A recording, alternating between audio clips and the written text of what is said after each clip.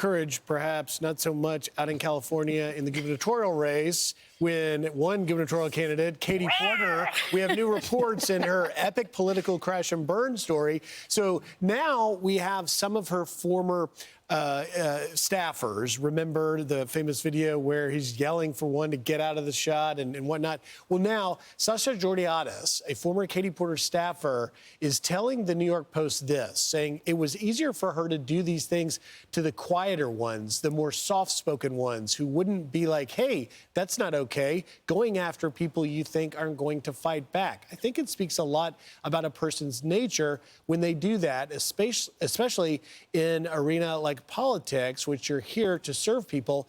If anything went wrong, she would flip on a dime. She's talking to me while the other girl in the room is telling me, I don't even know why she's here. I can do better than this, better than her. And this is like very inappropriate.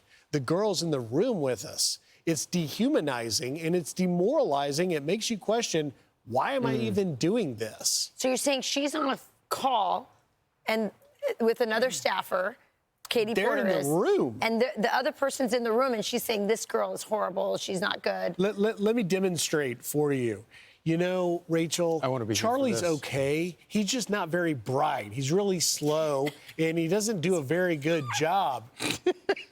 Oh, like it's like, or not even, but except minus the O part. Yeah, she just bulldozes through, and the only reason she does it is because somebody is quieter or meeker. Yeah. And there's a type of person who does this, and it's irrespective of political stripe. There are right-wing Republicans, Democrats, whatever. But it is a uniquely terrible person, an awful bully. She's a monster. She's a bullying monster. Yep. And they prey on people who are just quieter, who are wonderful, great at what they do, very smart, but maybe just quieter. And they just Yeah, and you know, I think the word also that applies is toxic. She's totally a toxic boss. And I thought it was fascinating. I was reading, because the more and more reports keep coming out, Christine Pelosi, Nancy Pelosi's daughter that works with the California DNC in politics, was actually a staffer, an advisor to one of Katie Porter's congressional runs. Remember, she was a three-term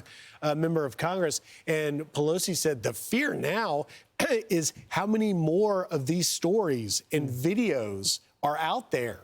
Yeah, that's why yesterday when we were talking with Steve Hilton, who, by the way, is running for governor in the state of California, we were talking about when the mask falls. Yeah. And then, as you said, once somebody reveals what happened to them, it encourages other people to come out. And I agree with Nancy Pelosi's daughter, maybe for the first time ever. There's going to be a lot more of these stories. And normally when you sort of dismiss divorce papers because warring couples will say anything when they're in the middle of divorce. But the story about Katie Porter dumping a cauldron of hot mashed potatoes on her husband's head in front of their children and scalding his scalp seems to ring true. Yeah, I think and that's not, by the way, a story. That's in her divorce filing. Yeah. Yeah, and by the way, it was because she said he wasn't making the potatoes right. And by the way, can't do anything right. You put the wrong milk in there. Oh boy! All right. We'll bring more Katie Porter stories. More updates. More updates as the show goes on. I'm Steve Ducey. I'm Brian Kilmeade. And I'm Ainsley Earhart. And click here to subscribe to the Fox News YouTube page to catch our hottest interviews and most compelling analysis.